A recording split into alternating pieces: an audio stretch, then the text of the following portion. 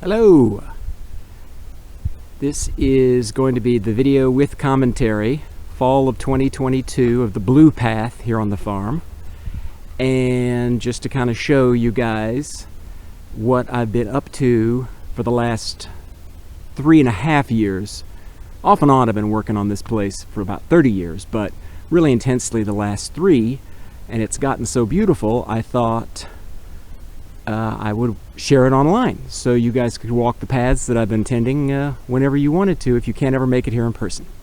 So this path here is the Blue Path, or the main path. And it's good to start here too, because if you kind of look at the left here, pretty much the woods, it's kind of hard to tell because there are no leaves now. The leaves just fell. It was perfect fall foliage 5 days ago, and then over the weekend they all fell. It was the weirdest thing. So this is kind of how the woods appeared. Most of the land of the 24 acres I've been tending looked before I started.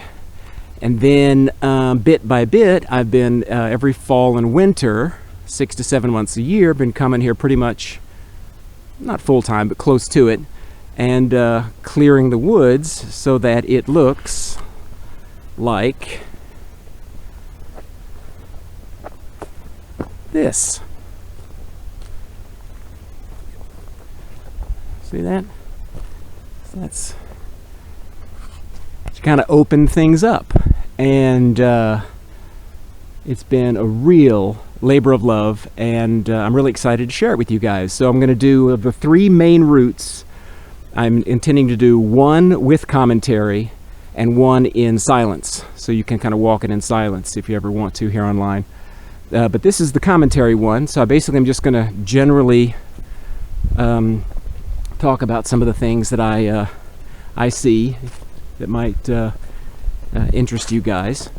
This, of course, is the brush pile. This little glen here is where we have bonfires, and whenever I do work, I collect a lot of brush and pile it here. There's only a small portion of everything I've cut this year, but that's going to be a pretty nice fire. We'll probably do that sometime in December. But for those interested, the paths are clear here because of a leaf blower. My voice is a little gravelly too, because I just finished clearing them with the leaf blower. But have to do that, a couple of times a year. So if people do come out here and walk, they won't get lost. This is a beautiful bench that my brother and I made back in, I want to say 2006. It could have been 2000. But of the 6 or so benches like this we made, this is by far my favorite. It's a wonderful place to come sit and kind of admire the view, which I guess you could pan around and give a view of this glen here. There's, oh my goodness, that is a bonfire right there. Look at that. That's gonna be something. Yep. And there's the road that kind of heads back to the main house. Yep. So anyway, there's the bench again. So on we go. This sign says Mossway because we're going to be eventually getting to a stairwell that I helped make back in 2006 that is called the Mossway, and you'll see why in a bit. But technically this is kind of a mossy trail too, as you can see, and so this became the head of this portion of the trail system, and they called it the Mossway. So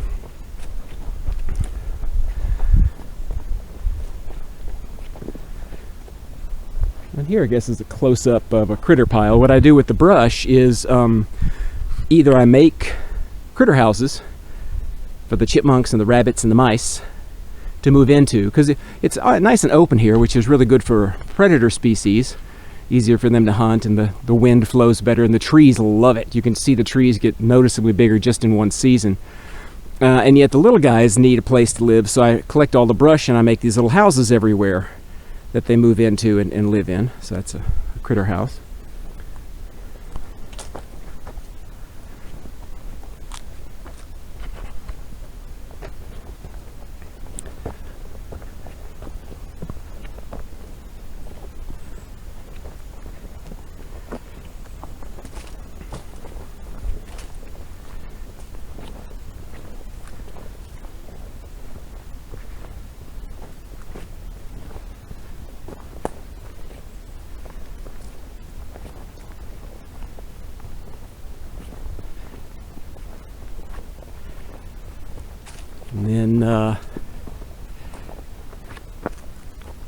The brush you see stacked everywhere is this brush here is kind of covered with leaves. That was the end of last season.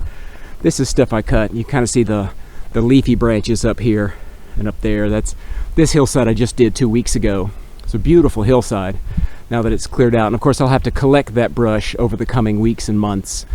And mostly I put the brush into erosion gullies. There was iron ore mining on this land back in the late 1800s, I believe. And they would dig iron ore by hand, and you see this trench here that kind of runs up the hill. That was an iron ore. They dug iron ore out of that, and then of course once the trench was dug, erosion took over and washed it out. So what I tend to do is I just gather the brush all the way around where that gully is. I just gather it up and dump it in the gully, and that stops the erosion, and eventually it'll fill in over the years and almost level out again. But that's where I put most of the brush. So that's what I'll be doing over the next several months, is collecting all this brush. And there's a blue dot so people don't get lost, people who come out and visit and walk the paths. Yeah, so that's what I'll be doing with the brush. And then there's one more hillside that I have to prune like this, and that's this hillside, which you can kind of see through all those trees. That hillside right up there is the last ridge that has to be pruned out, and I chainsaw out some of the dead wood and the older pine trees, and then I'll put that in the gully, and gully's over there, and then it will be quote-unquote finished. It's already really beautiful, which is why I'm making these videos. But you know, there's a vision, there's a method to it all.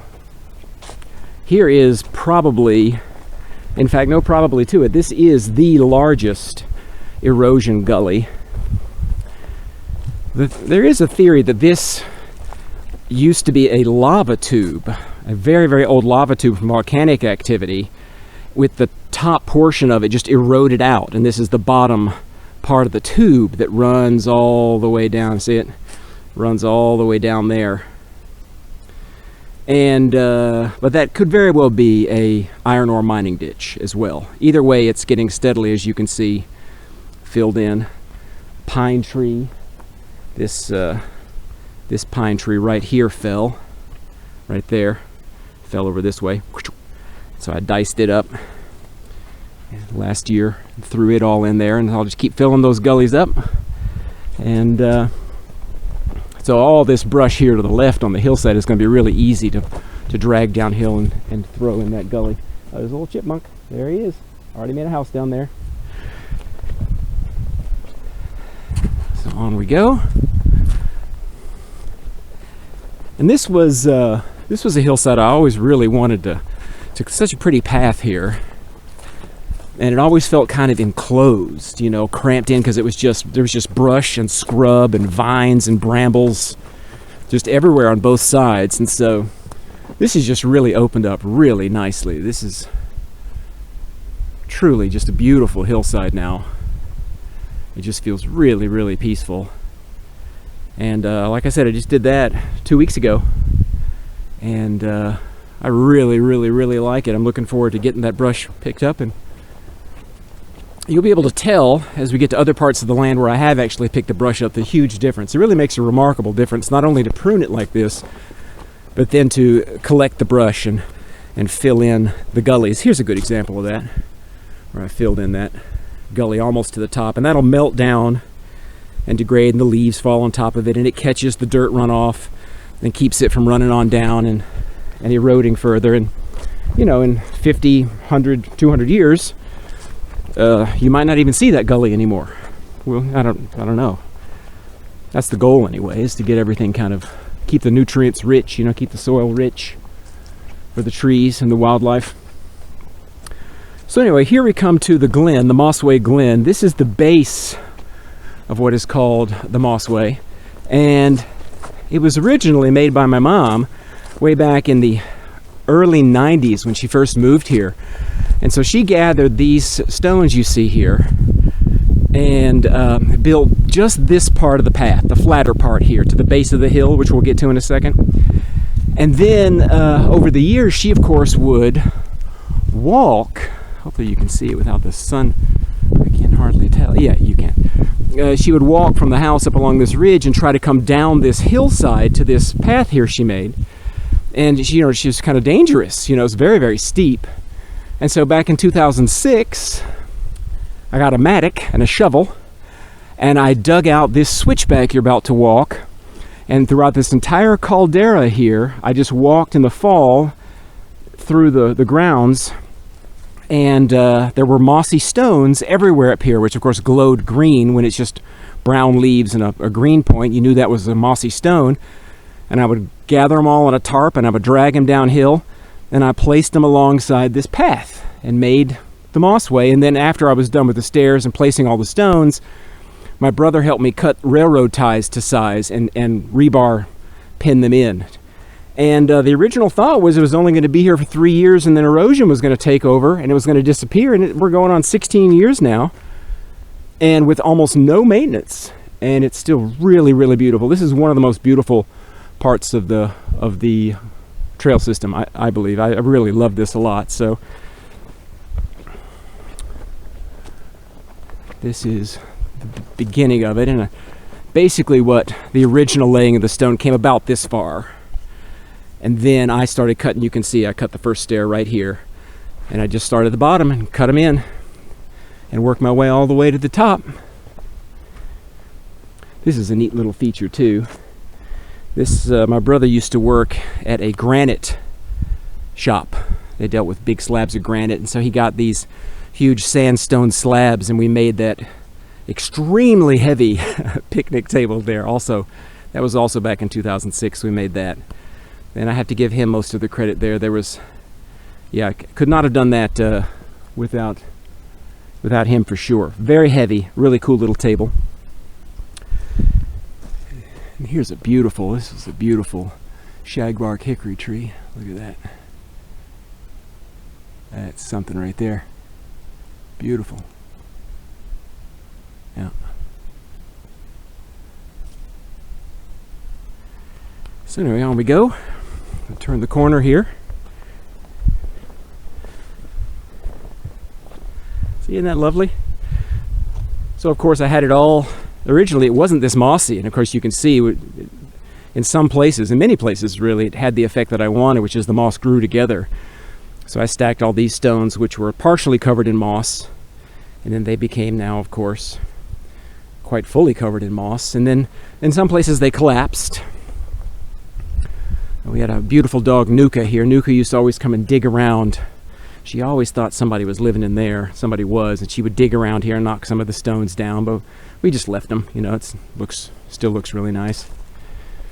It's good light today too. It's really, really pretty. And next year, or some year in the fall, I'll try to catch it when the fall leaves are just perfect. They were just perfect like 4 days ago, and I thought they were going to still be awesome with the beech trees turning at this time of year. But then over the weekend, because of the drought, I guess, all the leaves just fell.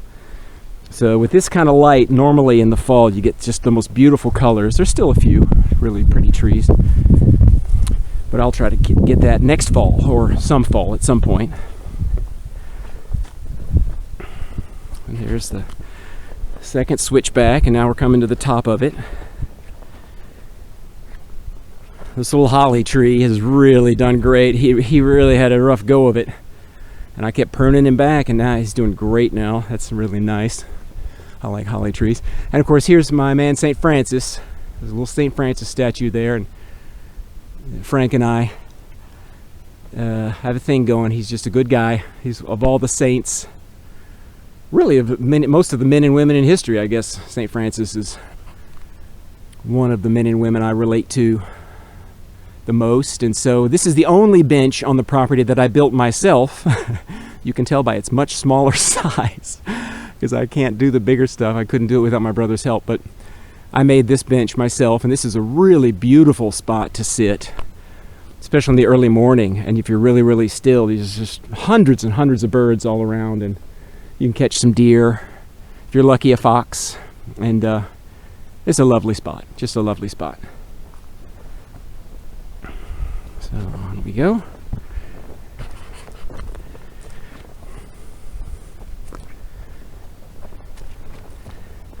And so the blue path now takes a left turn, which we'll be taking, and joins the perimeter path. There's a path that runs around the perimeter of the property, which continues on this way. That's the red dot, and the yellow dot is the cemetery path. Up at the top of the hill there's a very tiny cemetery that is publicly accessible to all the residents of this county, I think. If not, maybe just Wildwood. I'm not exactly sure. It's really beautiful up there. Lots of really old graves from the 1800s. Really neat. And but here to the left is where how the blue path continues. We'll walk the red path in another video. Possibly today. Such a lovely day. I might try to get all three of the paths walked today. We'll see.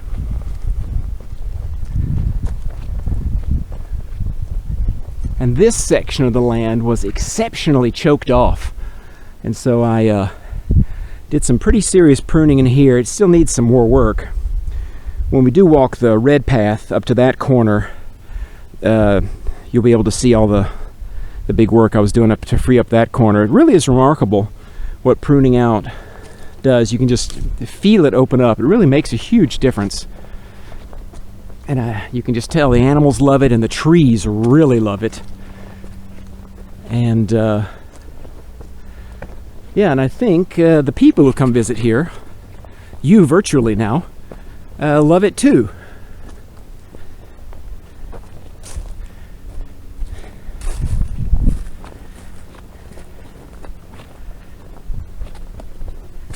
Yeah, I love the light like this. And the path kind of glows like that. That's so cool. Down here to the left, there's several lovely family of deer that have their daily routes they walk through here. And one of the little families, the mother just had 3 fawns, and I saw her last year as well. It's very distinctive. She was very, very light tan. It's a very, very distinctive doe. And they used to bed down right down the ridge there, and they probably end up still doing it. So there's a nice flat place down there, right over the ridge. You can't see where I would catch them waking up sometimes in a really, really early morning when I came out.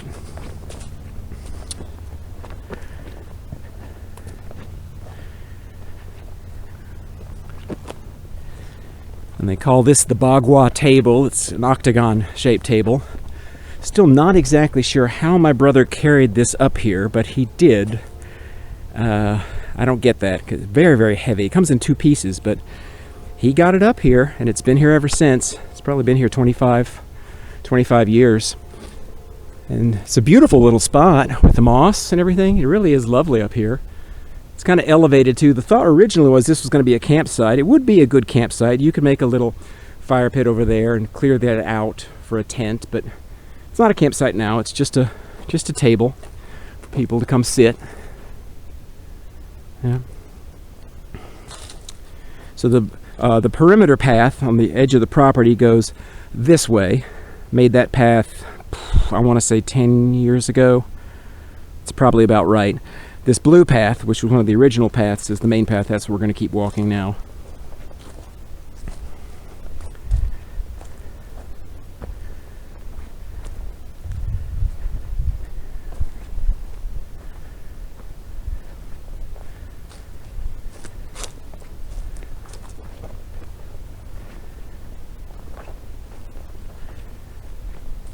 You can kind of tell this is a section that I just finished not only pruning but clearing out, so you can kind of tell the difference. Let me go over here so you can see.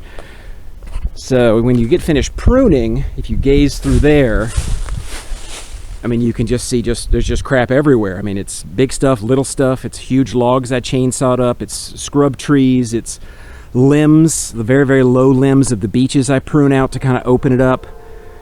And so it just, when you get done pruning, it opens up, as you can see. But at the same time, there's just crap on the floor, and it could melt in over 2-3 decades, so that would all disappear. But I like making critter houses, so right here you can kind of see the line where I picked everything up, and I stacked it all here, and I made this critter house here.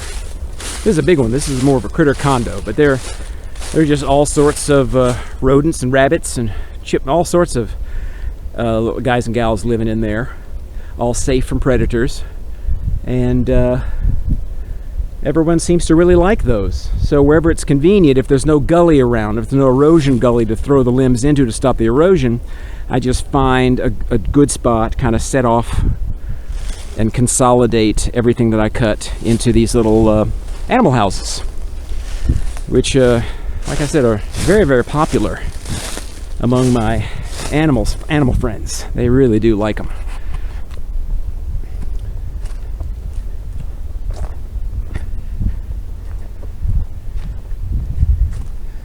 I don't know what in the world this species of tree is. I've not been able to find it online, but I love them.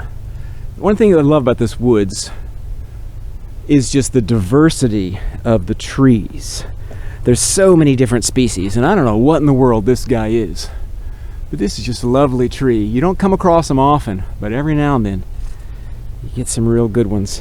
I mean, I'm partial to any tree, but that is one of my favorites.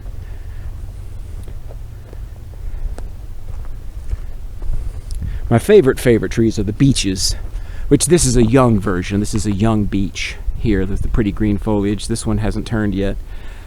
But when they get larger, I'll find us a larger beech at some point here. They're just beautiful, beautiful trees.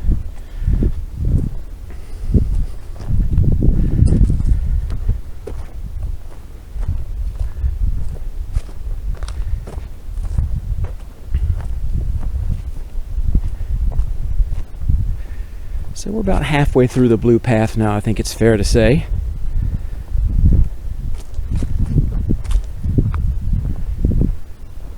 This is Turtle Alley, I call it. For some reason it's June, sometimes July, but in the summer months when it's warm and it's just rained, there are turtles everywhere. We have a beautiful, very diverse group of species of turtles around here, land turtles, box turtles. But if you walk this path at just the right time, after it's rained in the summer, turtles just dig this path. I don't know if there are more worms here or something. I don't know why it is, but you can almost always in the summertime after a rain, when it's warm, find turtles here. That's kind of cool.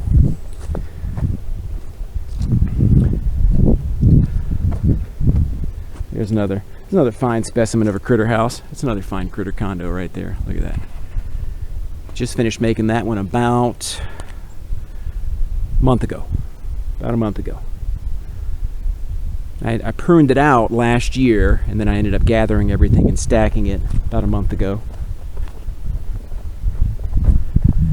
Here's an intersection. To the left here, it's like a Montella, a light orange path. It's a very short walk, actually. It only goes about 100 yards in that direction to a bench that kind of looks out east, where you can kind of watch the sunrise. I think it's called Sunrise Point. We won't walk that today. Nice though. It's a nice spot. We'll keep going.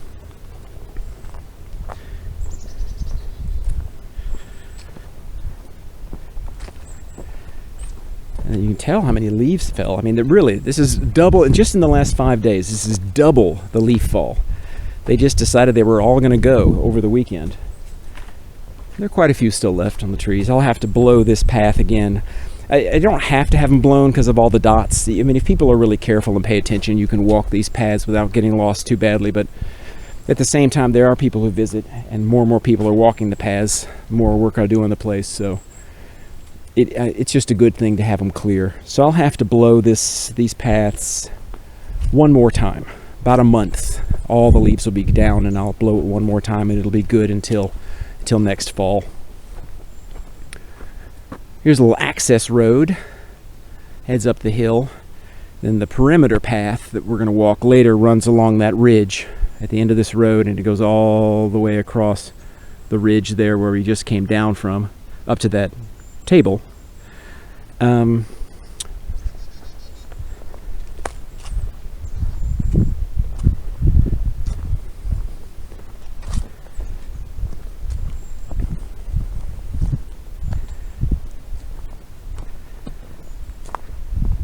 So here to the left, It's a very small little tributary. This is a little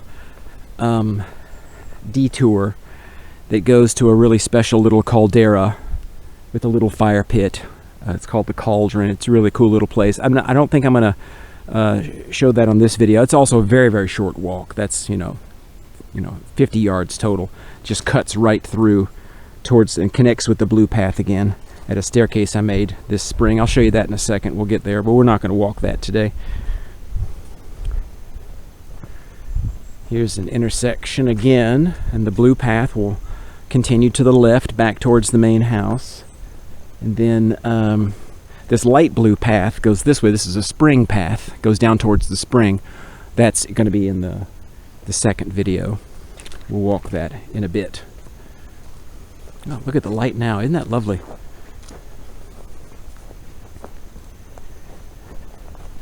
This is a really nice bench to sit on and just relax, especially when all on these particular beaches right here. So this is a beach and another one and another one. And so when the leaves are just right on the beaches, that's a really, really beautiful spot to sit.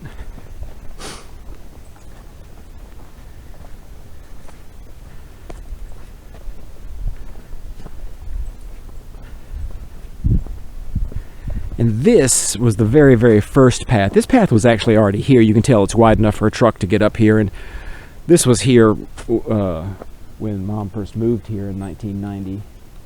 And I don't know how many of the other paths were. I don't know how many she made, but this one was pretty much established. And it led to this straight ahead here, which is the still. This back in the day, I think in the 60s, Dade County was a dry county, and the guy who owned this land, who I met and became friends with, Bill Townsend, he and his friends ran the still here. They were the alcohol production this is the alcohol production capital of this county, I think. Certainly this region. Huge still, as you can see, just humongous. I don't know how many gallons it could make at a time. But then the sheriff came and busted it up and left it exactly as you see it right now. We think busted it up with an axe, arrested everybody, and shut it down. But this is where the moonshine was made back in the day. Seems to me there's an article about that somewhere you can find online. Some local Dade County newspaper, I think, has an article about that still being busted up. Now we're getting close to the main house. The main house is through there, and the barn apartment, which first inspired these series of videos, is I used to live in this barn apartment back in 2010, right after it was built, and always had a dream of like being a resident peace hermit here and being able to open this place to the public. That had always been kind of a vision I had, and life being what it is, I'm not sure if that's ever going to happen, which is why I thought, well, at the very least I can make these videos so people can at least walk the paths and it can be open to the public online, But I used to live up in that barn apartment and just walk out here and work all the time. That was 2010. That was a very, very good year. I guess they all are in their own way, but 2010, that was a fine year. Anyway, here is the staircase I was talking about that I made this spring. It's pretty steep, difficult for people to kind of clamber up there to get to that little meditation hangout spot right up there. So I built these stairs this spring. And that essentially is the Blue Path. So what I think I'm going to do is I'm now going to head down to the barn apartment and walk it without commentary in reverse. And then you can just walk it virtually whenever you want. It's a perfect day for it. And I think what I might end up doing is heading up these stairs, actually, and not going past the still. Like I said, it's a very, very short bypass, so very little of what we just covered you're going to miss. But I think I am going to walk up these stairs and go this way in silence on the way back. So that's what I'll do next. Hope you enjoyed the commentary. If you have any questions, it's Rediscovering Peace 99 at protonmail.com. And anything you want to know or are curious about, definitely drop me a line and I'll do my best to get back to you. But I hope you really enjoy the walk. I'll head down and get started now with the silent Blue Path walk. Take care.